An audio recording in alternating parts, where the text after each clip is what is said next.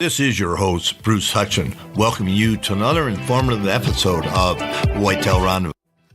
This is Whitetail Rendezvous Podcast, episode number 326.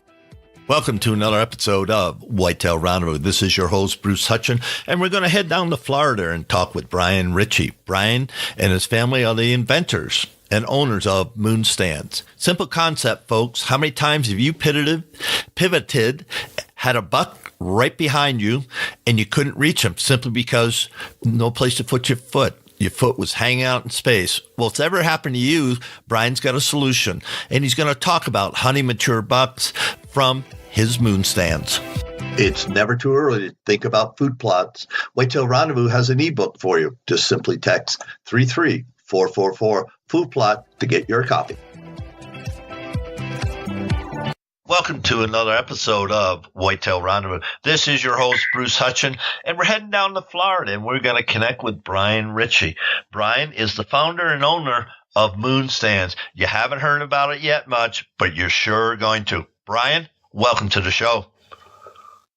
Great to be here, Bruce. How are you doing today? I'm doing awesome, and it's going to be a snowy day. I live out in Colorado, and we got snow coming over the mountains. So we've had 50-degree weather. Now the bottom's going to drop out. We're going to get some snow, but life is grand in Colorado.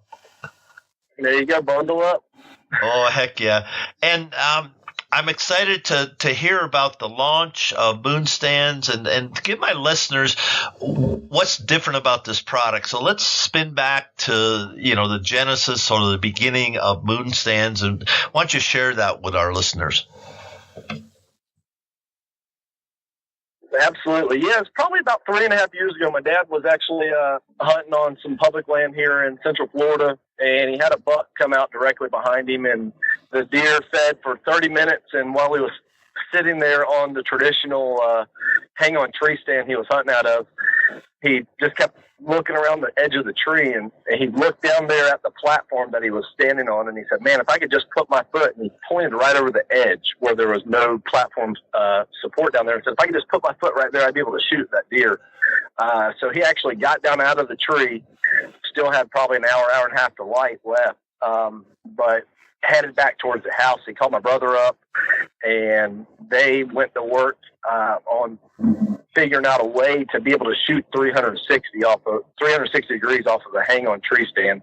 I showed up shortly after that and was looking at them out there engineering and bending steel and putting this together, and asked them what they were doing. And he said, we're going to be able to shoot behind the tree. I had that deer come out, that buck come out, and I wasn't able to get a shot at him. I said, well, that's an easy fix. Let's just move your stand to the other side of the tree, and kind of look at me like, no, smart Alex, we've got to do some type of functionality to where it's going to end up making the overall hunting experience better, because I'm going to be able to shoot at those animals that are coming up behind that. I haven't had the opportunity to do that. So that was 3.5 years ago. We're just launched with our first model to go to market, and it is our 12th version. So we've done a lot of research, design through the development stage of making sure that we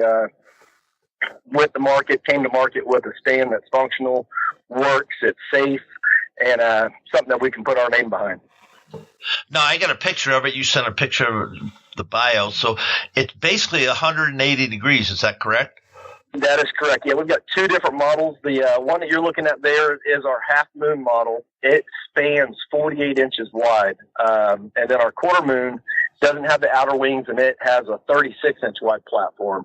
And to give the listeners kind of a perception of what the traditional hang-on stand width is you typically see anything between an 18 to 20. There are some 24, a couple 30-inch wide platforms, but the biggest platform widths that you typically have in the traditional hang-on market are only right at like 20 to 22 inches wide. So you're standing on that, and anybody who's been elevated off the ground and having to move to position to be able to take that shot, I don't know how large your feet are, but whenever I'm up there with just my size 11 boots on, my toes could end up hanging over the edge and it's putting my heels together while I'm moving around on that shorter platform. And then by not being able to stand out to the side limits how I'm taking the shots as well as where I'm able to shoot at.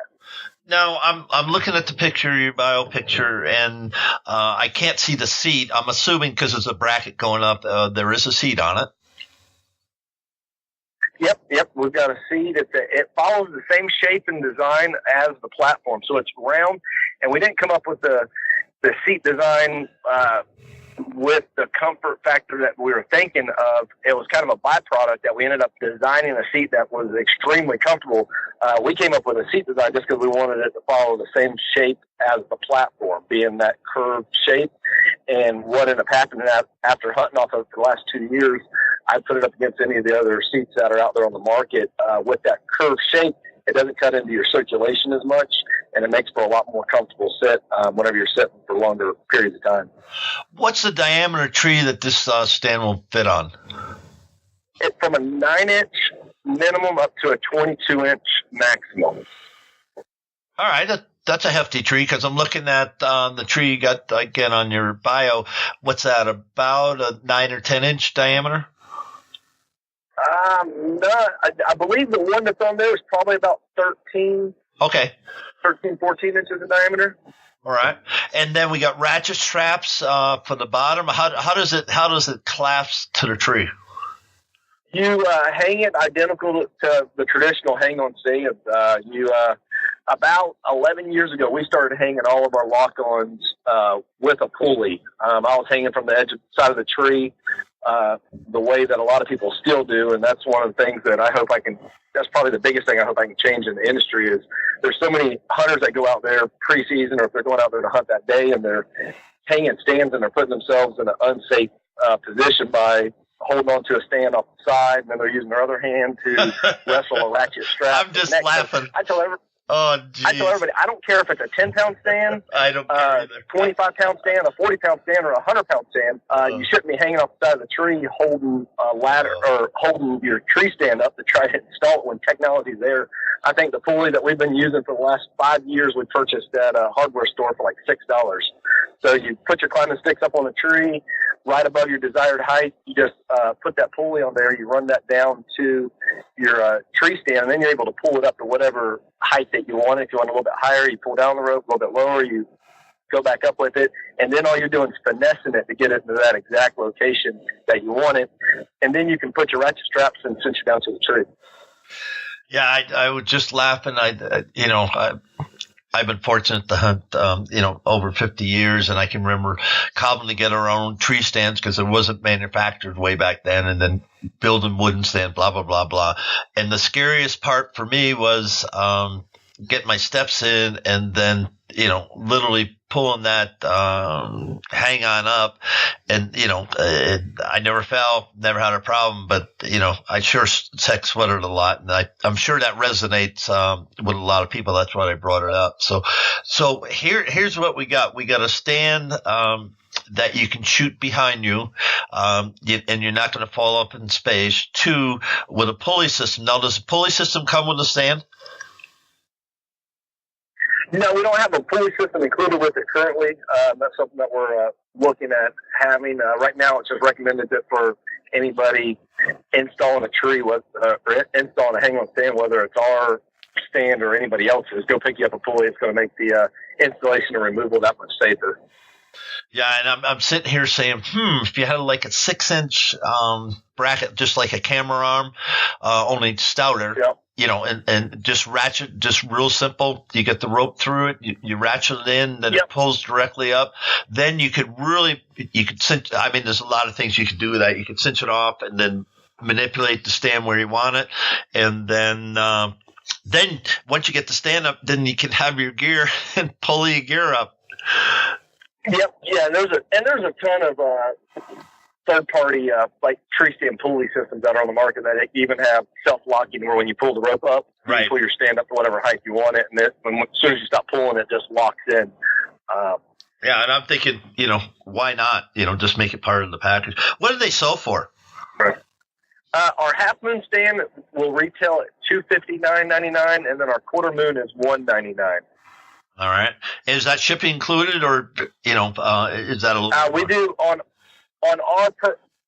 Online purchases, we have a $14.99 flat rate shipping for the lower 48. So anybody who's purchasing one, because of being an oversized box, the shipping is going to be higher. So we just have a flat rate shipping for all of our stands going out. What does it weigh, the quarter moon and the half moon? Quarter moon is 41.5 pounds, and our half moon is 41.5 pounds, and our quarter moon is just under 25 pounds. All right. And, you know, if you got a quarter moon because you're going in stealth and you're moving your stand because you've been in X stand and you just see them moving, but you don't, you know, they're 100, 200 yards away. They're running the ridge. You thought they were going to come off the ridge and down into the field, but they're not doing that. So how long would it take me to, you know, do a new set with a quarter moon? It's not going to take any longer to hang versus your traditional hang-on stand. The only difference between the other hang-on stands that are on the market and our stand is we have the second ratchet strap that you end up installing to be able to move and then connect. So moving it 150 yards, obviously there's the removal of whatever type of climbing sticks that you would have, and then lowering the stand down, you move it over to another location, pull it up to that height, and then strap it off. When we ended up coming up with it, we realized that it's not really going to be designed, or it wasn't, or we didn't go after market the day hunter or the hunter that's going in on public land where there's a issue of a long hike in and out of the woods, or a concern with somebody stealing the stand from being left on a public land to where somebody's going to be carrying a stand in and out. Our sweet spot's going to be for that hunter who has that honey hole they've been hunting, or that spot that they've got scouted out and they really want to go in there. And if they do end up seeing the deer moving on a different ridge, they've got the time to move it down and move it to a different location. But really no extra time moving it versus the traditional hang-on stand, other than there's an additional ratchet strap that is being connected. Thanks for that. And so, listeners, just to reiterate there, this is for where you get complete control of the land. You're not going to get in situations where the state says, hey, you can hunt all you want, but you got to take your stand out every day, or whatever the rules and regulations are. So just remember that when you're thinking about moon stands. And I want to give a shout out right now to Whitetail Stalker, the crew over there, Mike Grandstaff and Justin McCoy, and on and on and on. They're quite a guys, and we're excited about the partnership we've got coming up. So back to you at Moon Stands. Now, talk to me how that has helped you hunt mature bucks on private land. Well, a couple of the nice features that it's worked really well up there on our farm up there in Kentucky. First thing, in order for us to be able to make the stand wider, we had to eliminate the cable. So all traditional hang-on stands have a cable to go from the upright down to the platform, and that cable supports the platform. So while serving the purpose of supporting the platform, it restricted how wide you could actually make the platform. So getting rid of the cables and having the type of support and technology there to connect the platform that you're standing on to the upright, which is attached to the tree, for our farm up there in Kentucky, specifically, as we're hunting some of those ridges and some of the along the creek bottoms, there's no blind spots behind us. In years past, we might hang a stand and have a deer walking up behind that ridge at 30, 40 yards, and we could just not do anything about it, forced to watch him walk by or watch the doe walk by. Whereas now, if we can get it into a good cover location where we're watching in front of us and we've got some shooting lanes directly behind us, because of not having the cables, having that wider platform, we're now able to shoot 360 degrees around us. So it gives us more shot opportunities that the traditional hang-on stand doesn't offer because of the width. And then from an accuracy standpoint, I know personally for myself, I shoot my bow. I try to shoot every day. There's several days that go by where I'm not shooting, but whenever I am target shooting in the backyard or over at a friend's house or at the range, where it may be, I typically stand with my feet shoulder width distance. And then when we get up in the stand and we're doing that little box shuffle on the traditional hang-on stands, we're moving our feet together.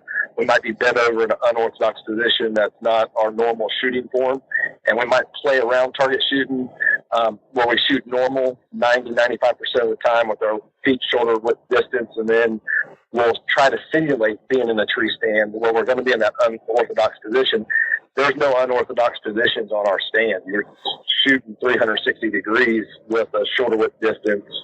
You're not putting your safety at risk because you're having to bend over and put your feet together to try to be able to get the shot. You just can stand and shoot all the way around the tree just by simply just walking over to the side. No, I hunt ladder stands now because of my age. I'm 70 years old.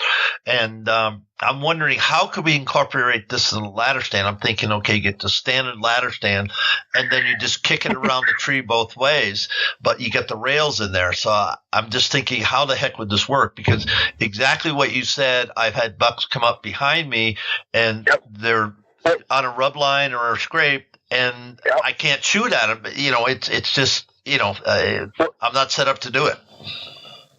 Right, and that's a great question. That was one of the things that we're excited most with our tree stand. We haven't revealed the look of it, but we were sharing with everybody there at the ATA show. Our lock-on stand will be the hang-on stand that ages with you. And what I mean by that is typically whenever somebody we did 2 consumer reveal shows in the summer of 2015, and everybody loved it, and that was kind of our temperature gauge to see whether we had something that we wanted to go to market with, whether the consumers were going to purchase it and wanted to hunt, and there was a need for it in the market and in the industry.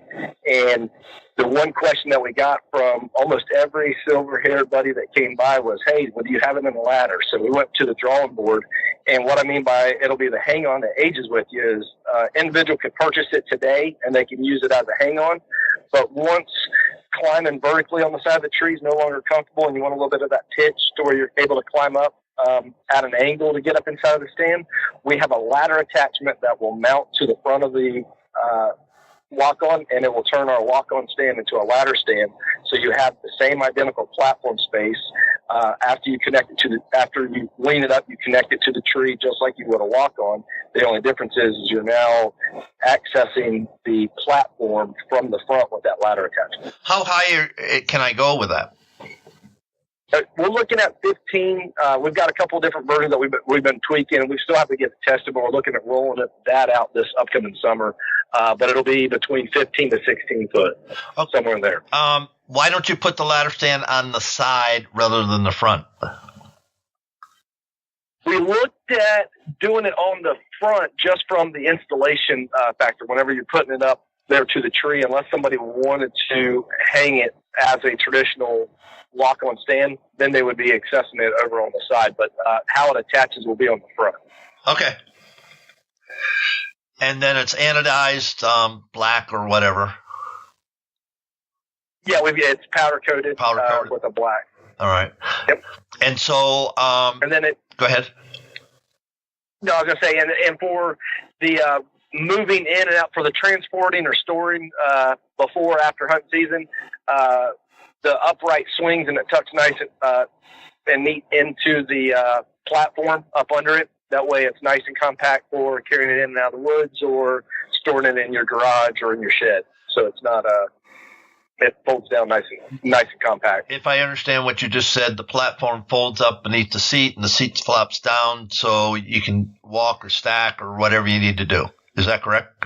Correct. That is correct. Hey, folks, Bryan's going to give you how to get in touch with him right now. So, Bryan, social media, your website, email, give us the information. Yeah, absolutely. If you're looking to get in touch with us, social media, over at Facebook, you can look us up at Moon Stands. Our website online is just moonstands.com. That's moon, MOONSTANDS.com. Or you can call the office 407-304-8380. And all the contact information is there on our website as well as on Facebook. And we're pretty good at responding and communicating with everybody as much as possible, answering questions.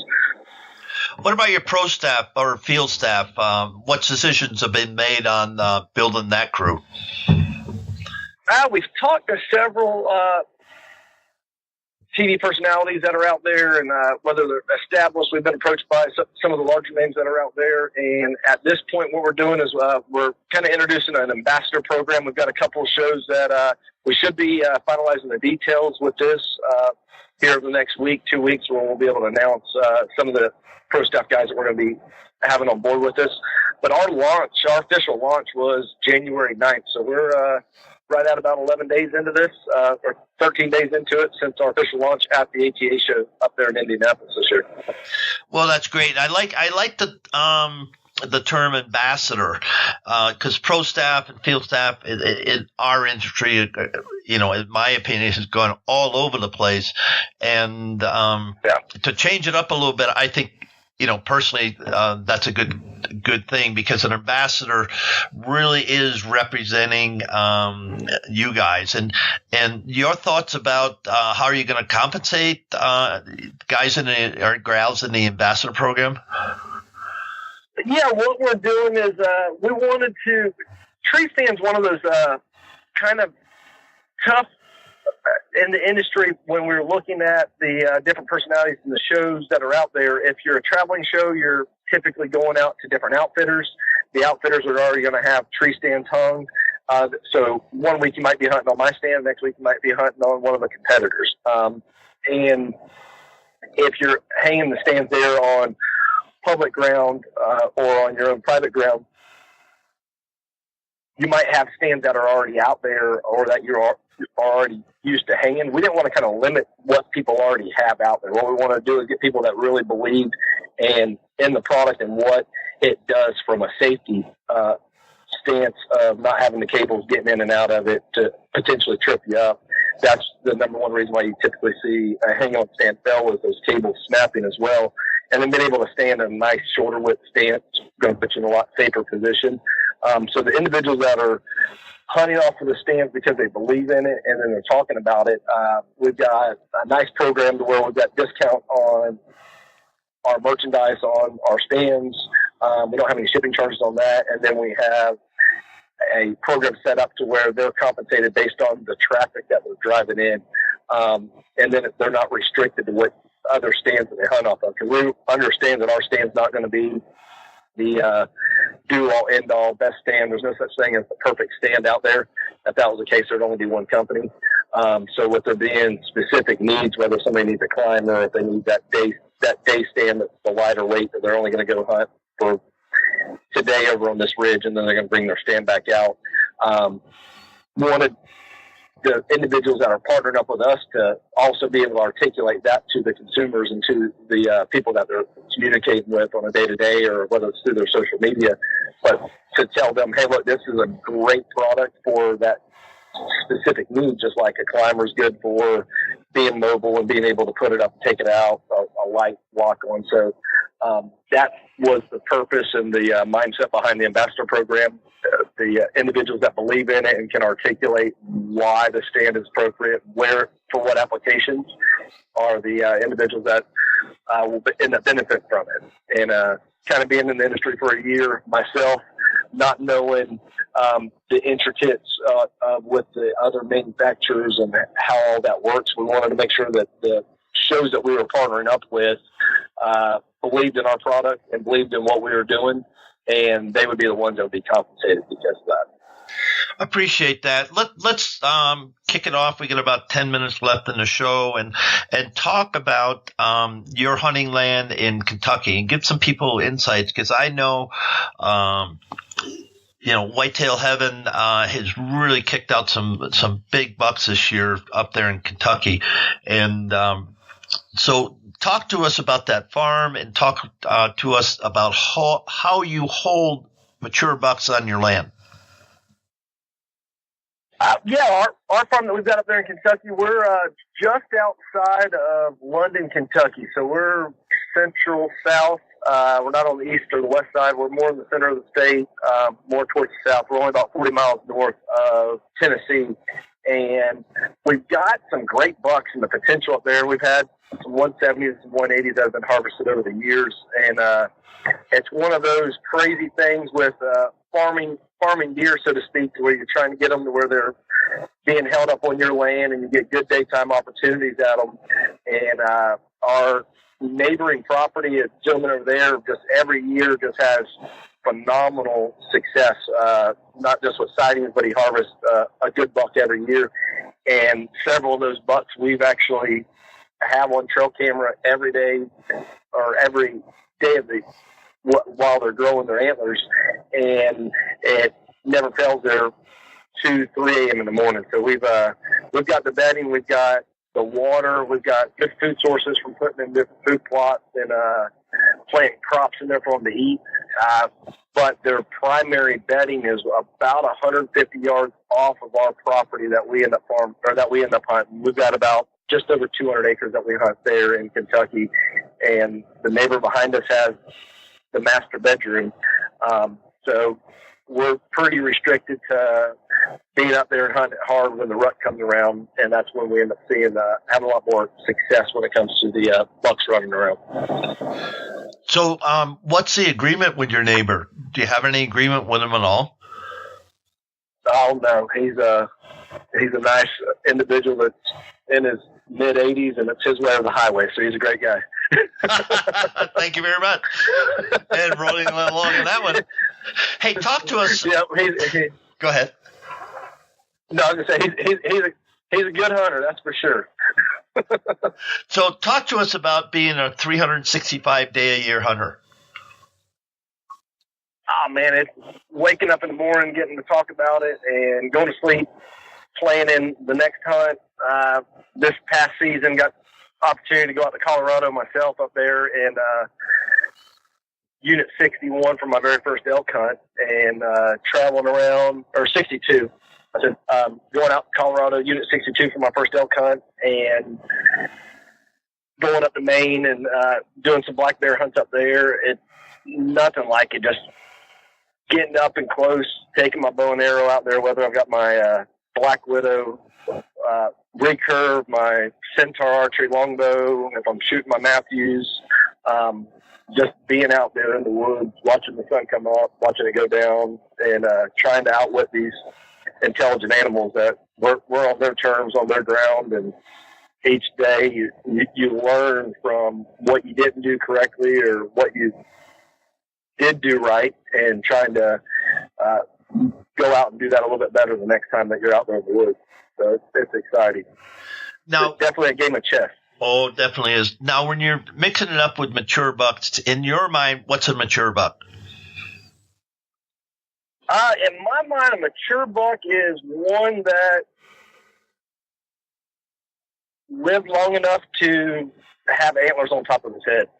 Growing up in Central Florida, the hunting pressure is crazy. A lot of people who have never hunted in Florida, you're allowed to, on public land, you can shoot a buck a day. On private land, you can shoot 2 bucks a day.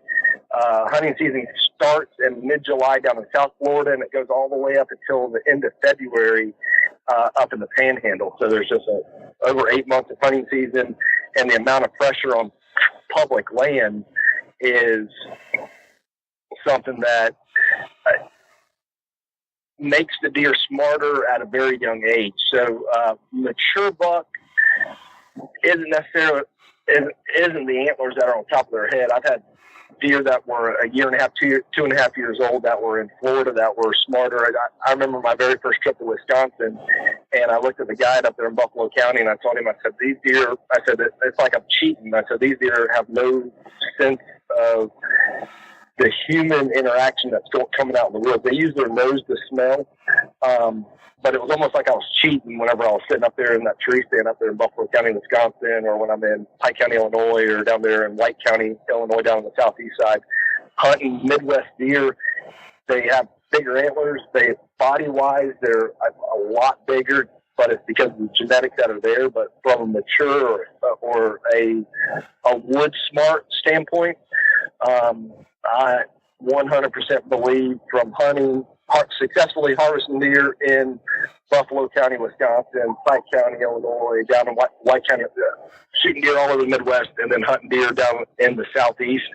If you can successfully, year after year, hunt a very high-pressure deer, and it's probably the same way up on private or public ground in the Midwest. But if you can successfully harvest a buck on public ground, that's a mature deer. The antlers, you can't eat them. Growing up, my dad used to always say, and he still says to this day, they stop growing when you shoot them, and you can't barbecue them, bake them, wrap them in bacon, or you can't eat them.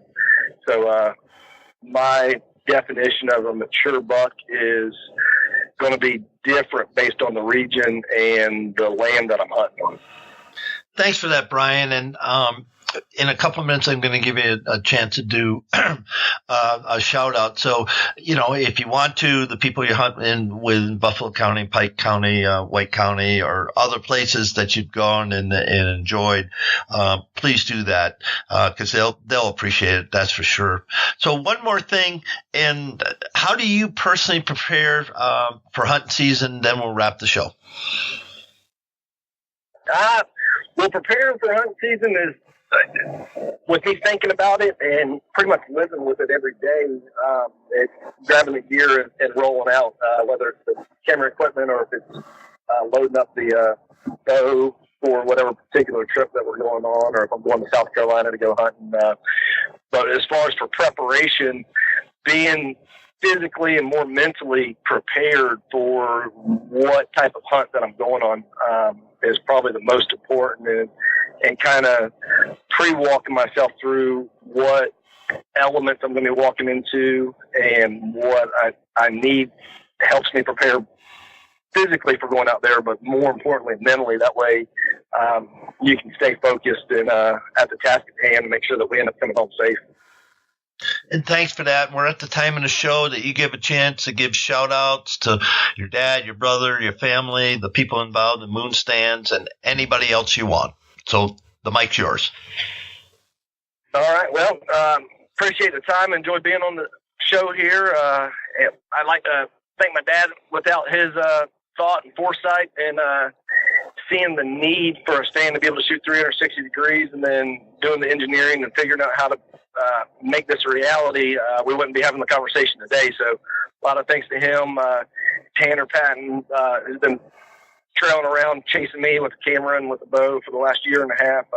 Can't thank him enough for all the help and on the showing on the hunting side of it, as well as with the Moon Stands, getting that up and running, and enjoy getting up there in the Midwest hunting, whether we're up there with our buddy Andrew goose hunting in Illinois, or if it's Buffalo County Outfitters with Joel Artis. We've been down there with John Campbell with Campbell Illinois Whitetails down there in Carmi. Just enjoy getting around.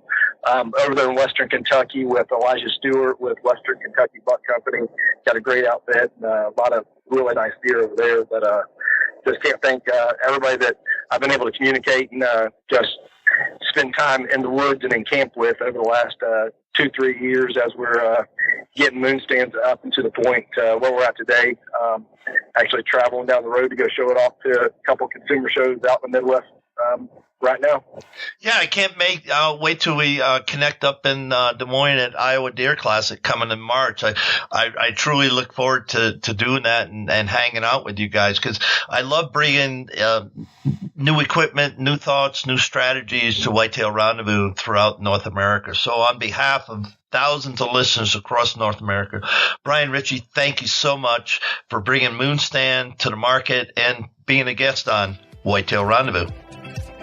Stay tuned for the next episode of Whitetail Rendezvous. We're going to head over to Missouri and connect with Andy Hicks.